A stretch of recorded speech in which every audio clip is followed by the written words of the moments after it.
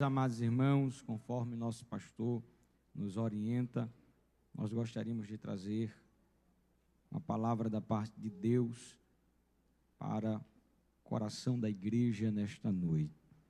Abra sua Bíblia comigo no texto que nós fizemos a leitura, livro ou Evangelho segundo Lucas, capítulo 19. Mas antes de fazer uso do texto sagrado, eu gostaria de louvar a Deus por mais uma oportunidade de estar na sua presença, servindo a Ele, adorando a Ele, porque Ele merece toda a honra e toda a glória. Mais uma oportunidade de fazer uso da sua palavra, que Deus continue nos ajudando. Peço a oração dos irmãos, pois a nossa garganta também está bastante enferma, mas eu creio que Jesus nos dará graça nesta noite.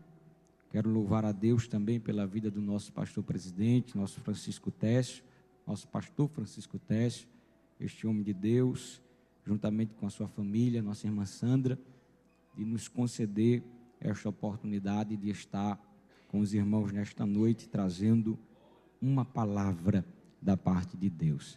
Louvo a Deus pela vida de cada obreiro, que está a nossa retaguarda, em nome do Senhor Jesus. Abra sua Bíblia comigo, no Evangelho de Lucas, no capítulo 19, e eu gostaria de ler apenas o versículo 9 e 10, que diz assim: disse-lhe Jesus: hoje veio a salvação a esta casa, pois também este é filho de Abraão, porque o Filho do Homem veio buscar e salvar o que se havia perdido. E você diz amém. Queridos e amados irmãos, diante do texto exposto, eu queria falar baseado no seguinte tema: salvação, o projeto de Deus para a humanidade. Você poderia repetir comigo? Salvação, o projeto de Deus para a humanidade. Queridos e amados irmãos, quando nós observamos o capítulo 19, um texto bastante conhecido da igreja, que vai nos tratar acerca de Jesus e Zaqueu.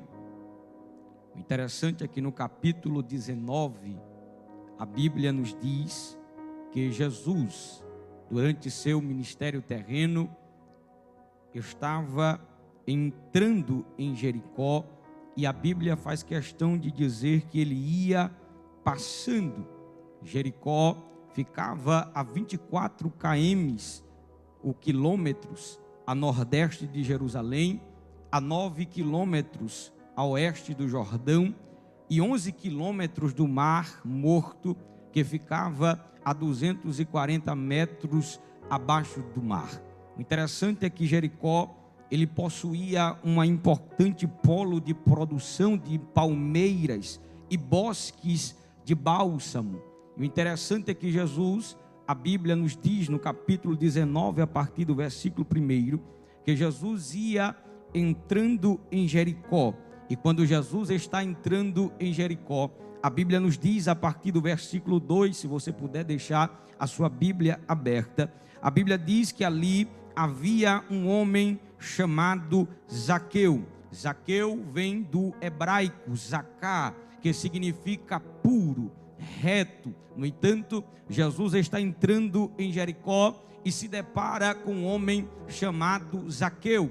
E a Bíblia faz questão de mencionar duas coisas. Primeiro, ele era chefe dos publicanos, e segundo, ele era rico. Primeiro, ele era chefe dos publicanos, segundo, ele era rico. No entanto, este homem chamado Zaqueu, a Bíblia nos diz que ele procurava ver quem era Jesus e não podia. Por quê? Porque a fama de Jesus passava por várias cidades circunvizinhas, porque por onde Jesus passava, milagres aconteciam, coisas sobrenaturais e extraordinárias também aconteciam, porque quem estava lá era Jesus de Nazaré. E aonde Jesus estava, se havia cego, Jesus dava vista a cego. Se havia paralítico, ele trazia de volta os movimentos do paralítico, aleluia. Se havia morto, ele ressuscitava. Aonde Jesus estava, ele trazia jeito, ele trazia solução, ele resolvia o problema, porque Jesus, ele faz aquilo que a gente não pode fazer. E me ajude a pregar nesta noite, e segure na mão de alguém que está do seu lado e diga assim para ele: Jesus é especialista em fazer aquilo que nós não podemos fazer. Se estiver fechado, ele abre. Se estiver morto, ele dá vida. Jesus é perito em fazer aquilo que eu e você não temos condições de fazer. Zaqueu escuta falar de um Jesus que andou sobre as águas. Zaqueu escuta falar de um homem que entrou na casa da sogra de Pedro e a curou. Zaqueu ouviu falar de um Jesus que curou cegos, que fez paralítico andar, que fez morto andar, e ele agora quer ver Jesus. Porém, quando ele tenta ver Jesus, a Bíblia nos diz, a partir do versículo 3, que ele encontra dois problemas. E quais são os dois problemas? Primeiro, de ordem geral, porque a Bíblia diz que a multidão era muito grande. Ele tenta ir até Jesus, mas a multidão era muito grande ao redor de Jesus, a ponto dele não conseguir se aproximar de Jesus.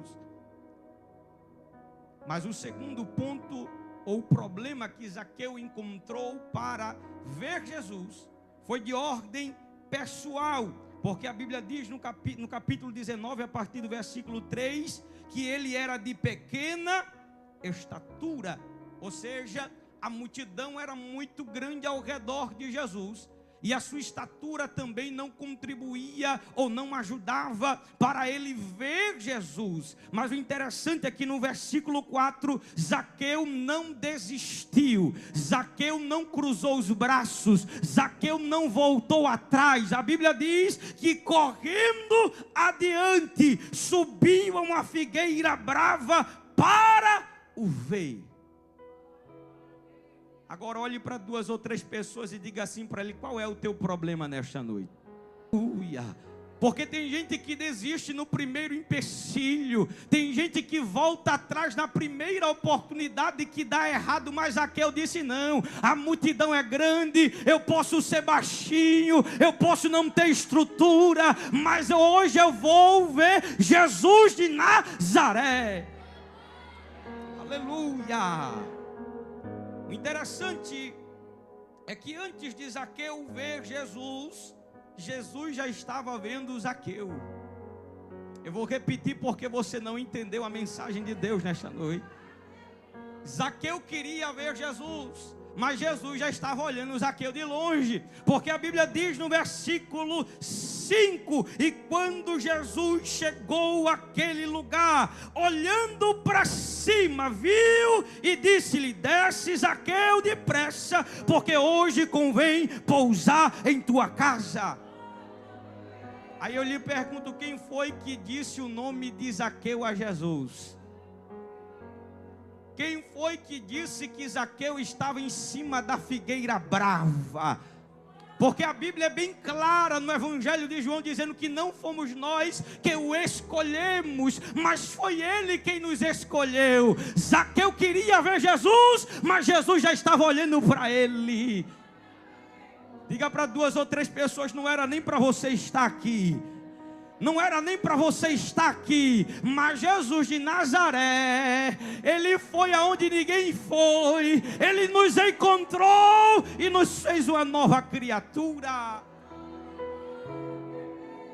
Hoje convém pousar em tua casa.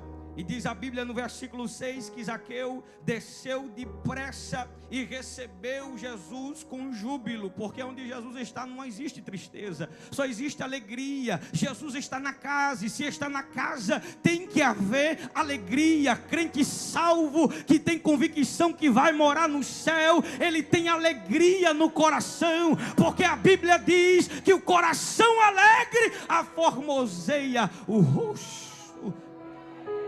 Eu não sei qual é o problema nesta noite, eu não sei qual é a situação, mas Jesus está dizendo: te alegra, alegra teu coração. Jesus te comprou, Jesus te lavou, Jesus te deu um banho com sangue. Você está aqui adorando a Ele, então glorifique a Ele nesta noite.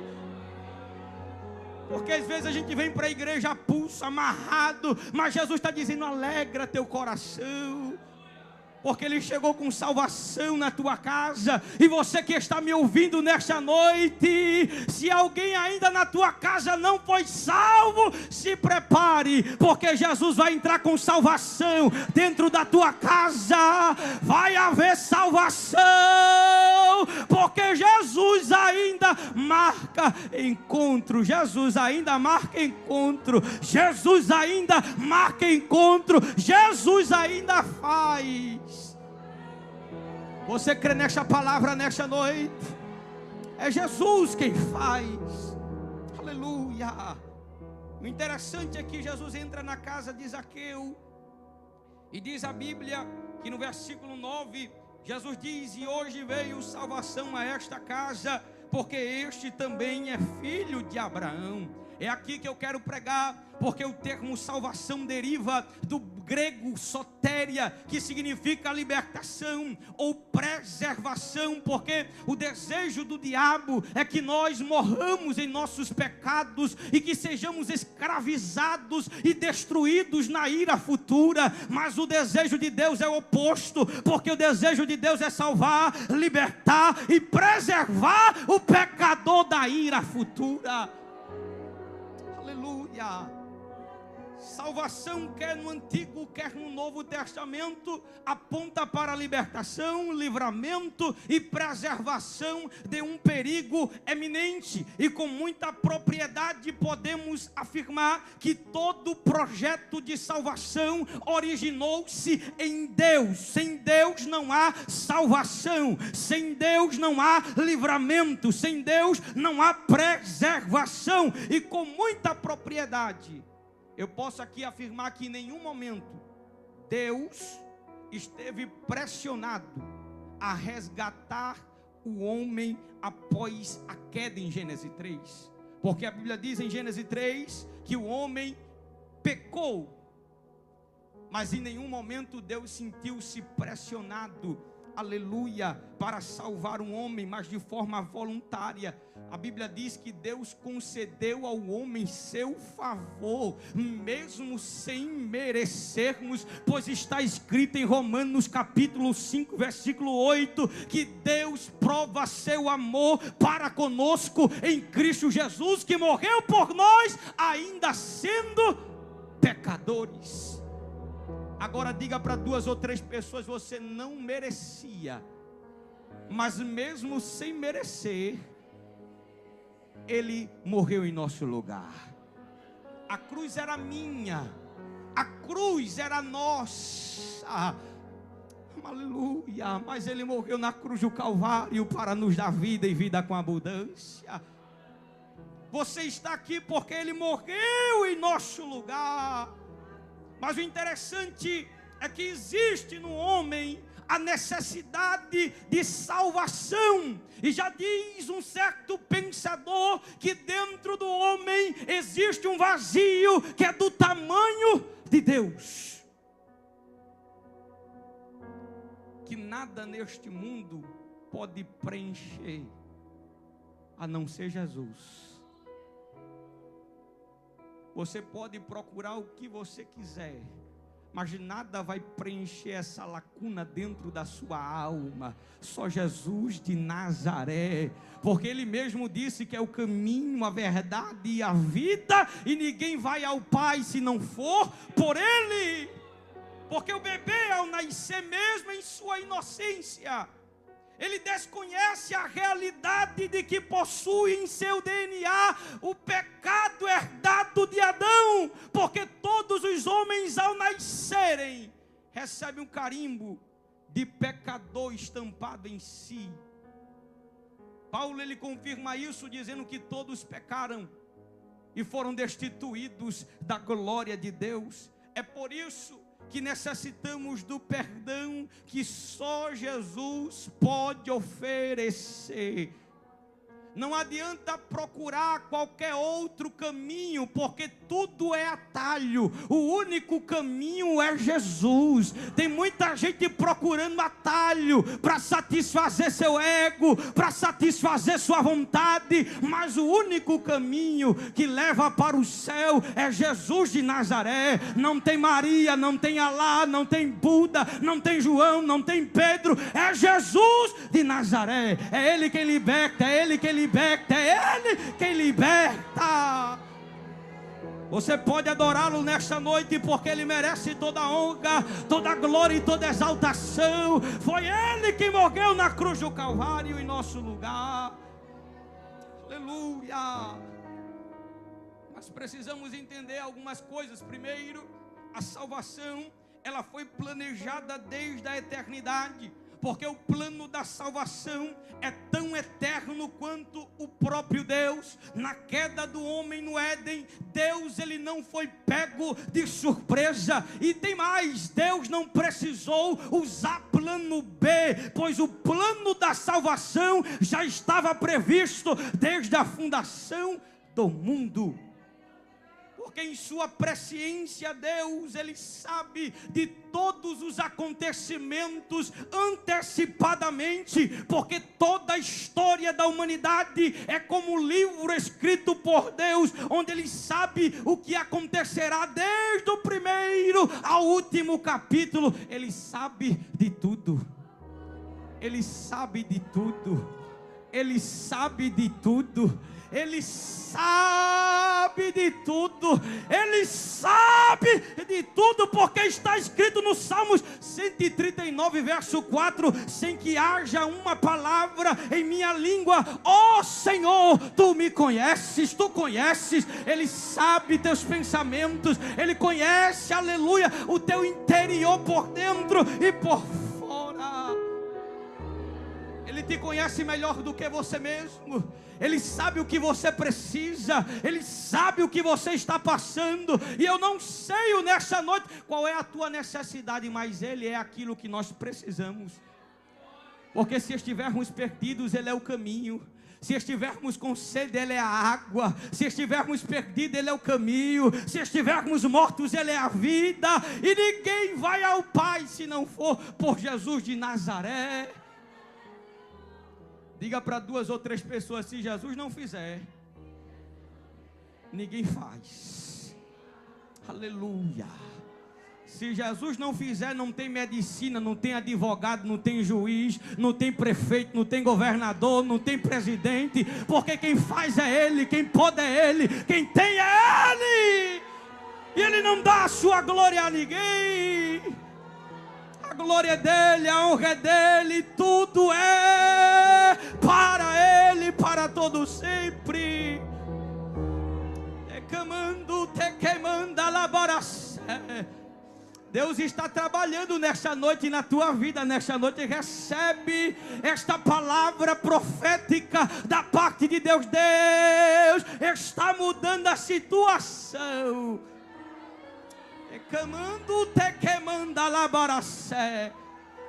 Parece perdido, mas Jesus está entrando com solução nesta noite.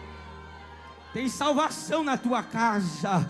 Jesus vai marcar o encontro com teu marido. Jesus vai marcar o encontro com teu filho. E vai haver salvação da parte de Deus. Aleluia. A salvação, meus amados irmãos, foi planejada em algum momento da eternidade. Porque a Bíblia diz em Gênesis capítulo 1, versículo 1, que a salvação foi planejada antes das coisas espirituais. Segundo, a salvação foi planejada antes da criação das coisas materiais. Terceiro, a salvação foi planejada antes da fundação do mundo. Quarto, a salvação foi planejada antes da criação do homem e antes da queda do homem. Isto implica dizer que Jesus é o Cordeiro que tira o pecado do mundo e que foi morto desde a fundação do mundo. Ou seja, Jesus veio a este mundo para resgatar o homem perdido, lhe concedendo salvação, redenção e livramento. Salvação, redenção e livramento. Eu vou repetir até você dar glória a Deus. Salvação, redenção e livramento. Jesus, ele veio trazer salvação, redenção e livramento. Salvação, redenção e livramento. Aleluia! Eu sinto a presença de Jesus aqui neste lugar. Aleluia! Quando nós olhamos a Bíblia no Evangelho de Lucas, no capítulo 15, se você puder abrir a sua Bíblia, a Bíblia vai nos falar de uma parábola composta de 3 figuras: a dracma perdida, a ovelha perdida e o filho pródigo. E quando nós olhamos essa parábola, nós encontramos 3 verbos que definem o plano da salvação. Mas meu presbítero Lucas César, que verbos são estes? Daria até outra mensagem, mas a gente deixa para outro dia. E os 3 verbos são estes: perder, procurar e encontrar. Perder, procurar e encontrar. Quando você lê o capítulo 15 de Lucas, você resume o capítulo 15 em 3 verbos: perder, procurar e encontrar. Ou seja, nós estávamos perdidos em nossos delitos e pecados, mas Jesus de Nazaré, aleluia, desceu dos céus, nos procurou, aleluia. Ele foi aonde ninguém queria ir.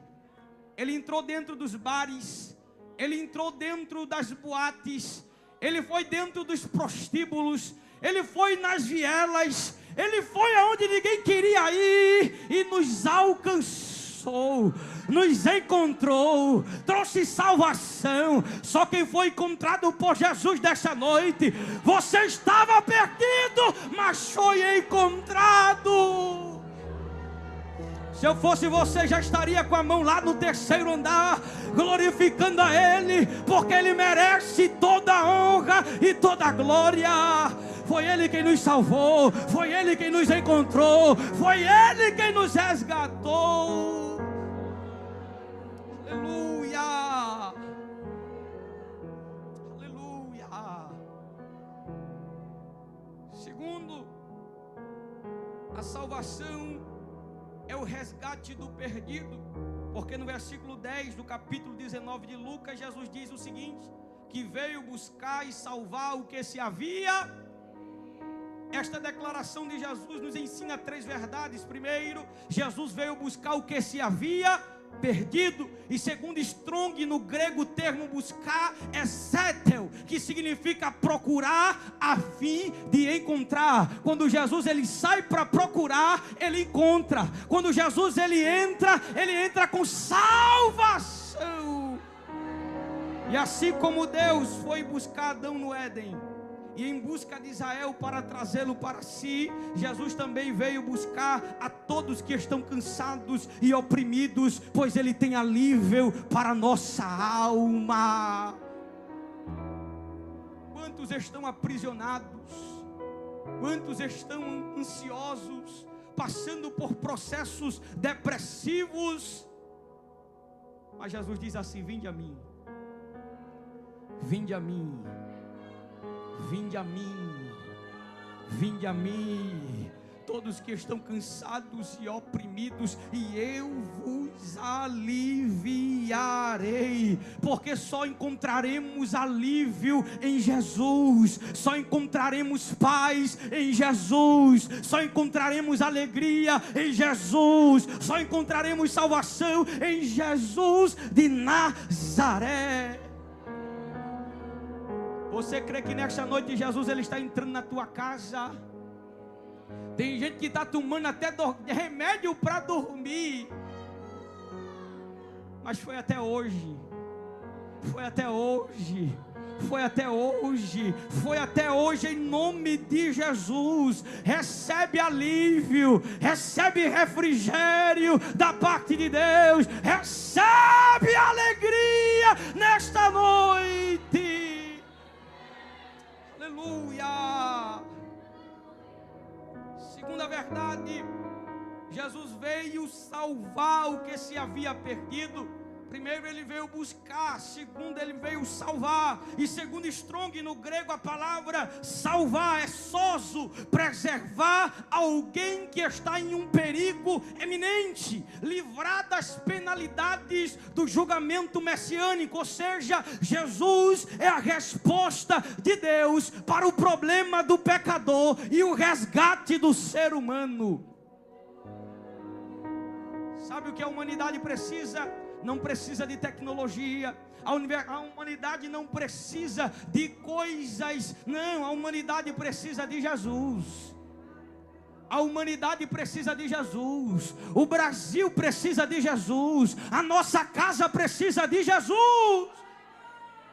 Aleluia, aleluia, a nossa casa precisa de Jesus, porque sem Jesus, aleluia, não estaríamos aqui. Sem Jesus estaríamos perdidos.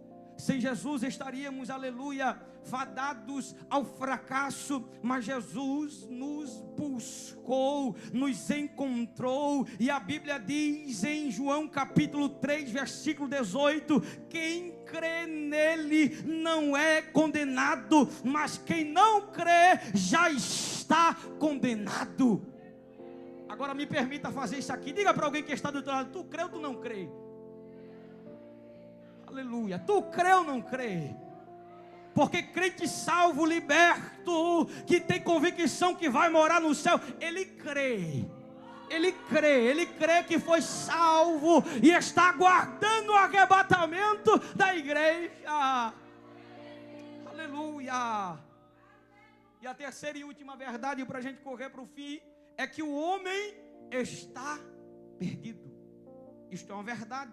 E segundo Strong, no grego a palavra perdido é apolume, e significa sair inteiramente do caminho ou declarar que alguém deve ser entregue à morte.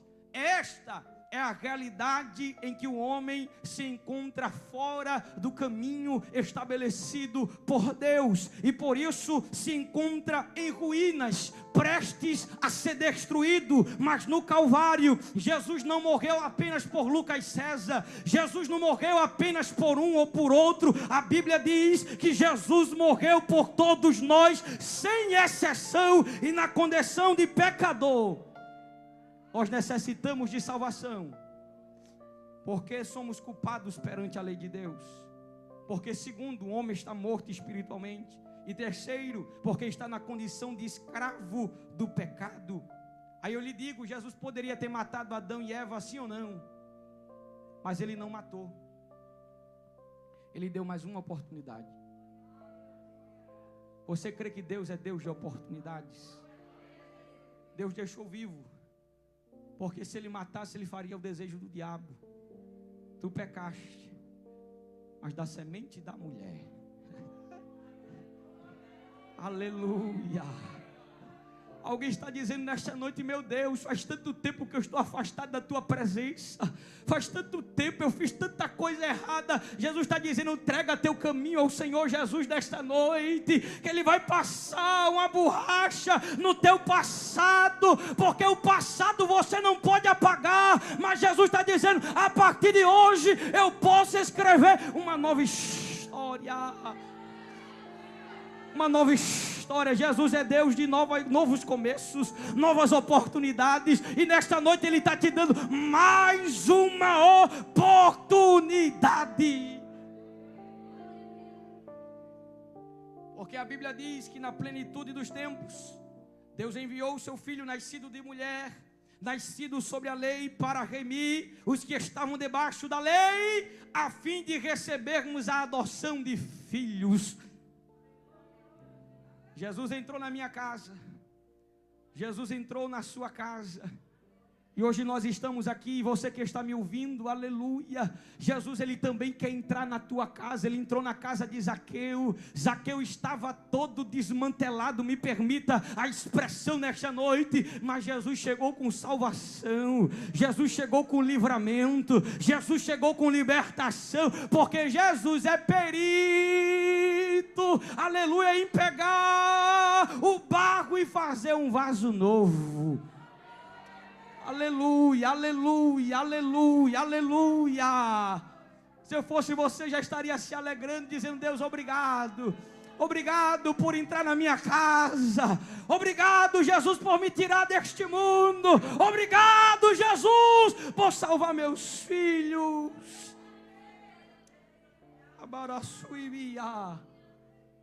Jesus, Ele quer entrar na nossa casa nesta noite e fazer morada. Porque Jesus é perito, aleluia. Porque a Bíblia também diz no Evangelho de Lucas, no capítulo 15, que o filho saiu de casa. Mas eu lhe pergunto, por que o pai não impediu o filho sair de casa? Porque o pai sabia que ele iria voltar. Eu vou repetir porque você não entendeu. O pai não impediu o filho de ir, mas porque ele sabia que ele iria voltar. Jesus está dizendo para você aqui nesta noite: o tempo de Deus chegou na tua casa, na tua vida. Jesus já entrando com salvação. Jesus está entrando com salvação. Jesus está entrando com salvação. Jesus está entrando com salvação. E nesta noite Ele está quebrando as correntes do diabo. Nesta noite Ele está desfazendo a ação do diabo.